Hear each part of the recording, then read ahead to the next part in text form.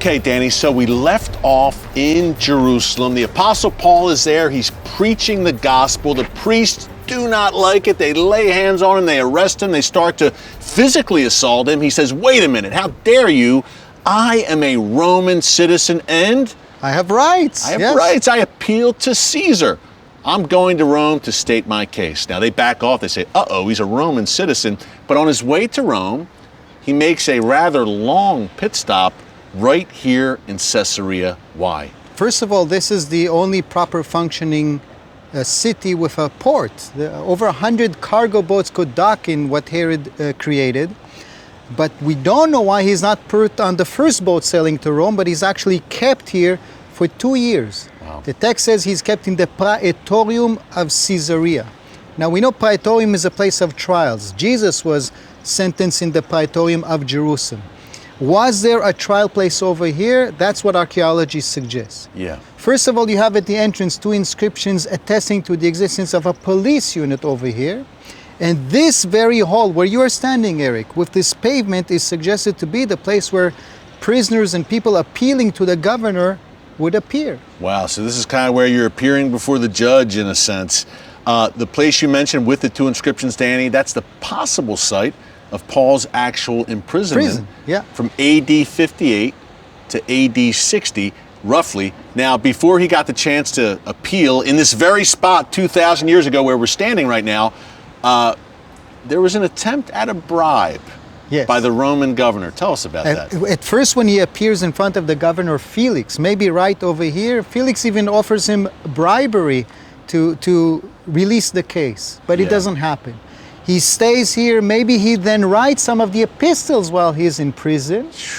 And then a new governor called Festus is in position. He appears in front of him again. Agrippus II comes for a visit and he talks to him as well, which is a very interesting dialogue. He almost convinces him. He does. You know, the Bible says King Herod Agrippa comes here with his wife. And he's with, now, the governor Festus, as you said, succeeded Felix. Felix never got that bribe. Yeah. Paul never caved. He stuck to his guns, as was his MO. But Herod Agrippa is here. And Paul, Danny again, possibly standing where we are standing right now, appeals to Herod Agrippa. And he says, what's the problem? Herod, you believe in the resurrection of the dead. I'm being persecuted because I believe in the resurrection of the dead. I believe that Jesus rose from the dead. And a great uproar ensues and people are arguing and they're disagreeing. Yeah. All right here. It may have happened at this very location.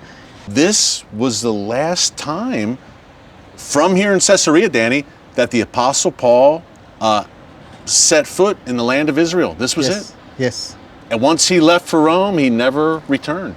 Yes. This was his final departure point from Israel, Caesarea. Both he and Peter. Christianity, if you wish, moves from here to Rome. Yeah.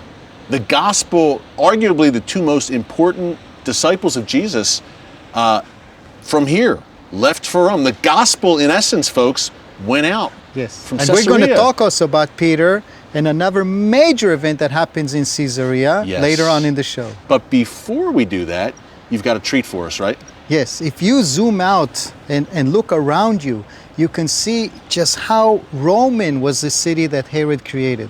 Yes, he's governing over the Jews, but he's put here by the Romans. When he wants to show the Romans just how Roman he was.